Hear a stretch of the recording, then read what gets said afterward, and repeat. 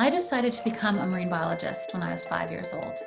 I learned to swim in the Florida Keys. I saw a coral reef for the first time, and I was completely mesmerized. There's this whole other universe happening under the surface. What I didn't realize at the time was that I was falling in love with coral reefs as they were already dying.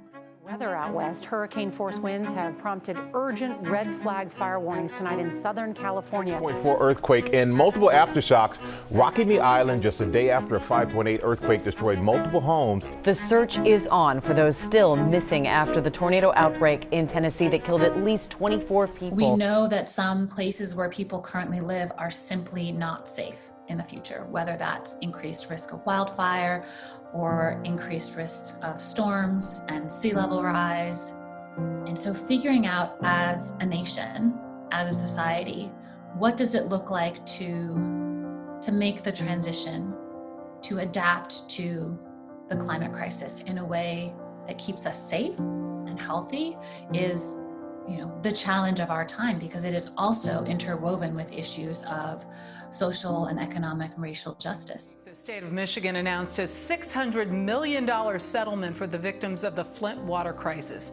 For a year and a half, residents unknowingly drank dangerous lead-contaminated tap water. If we think about who is often, near the power plants and the polluted air and the polluted water, and who is bearing the burden for their families of trying to adapt to all these changes, which communities are most at risk.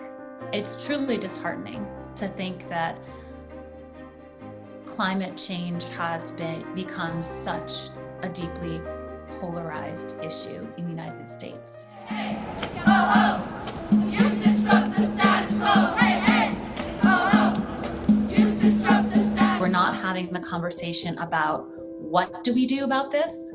We're still having the conversation of should we do anything? Which is ridiculous because, science doesn't care about your politics. I'm just really excited to have a new administration that deals with the realities of the world so that we can actually make reasonable decisions. Nobody can do this alone, and it is so frustrating. A lot of what I think needs to happen is joining initiatives, joining organizations, becoming a part of something, contributing the skills and resources and networks that you have, bringing that to a group that's doing something that's truly transformational.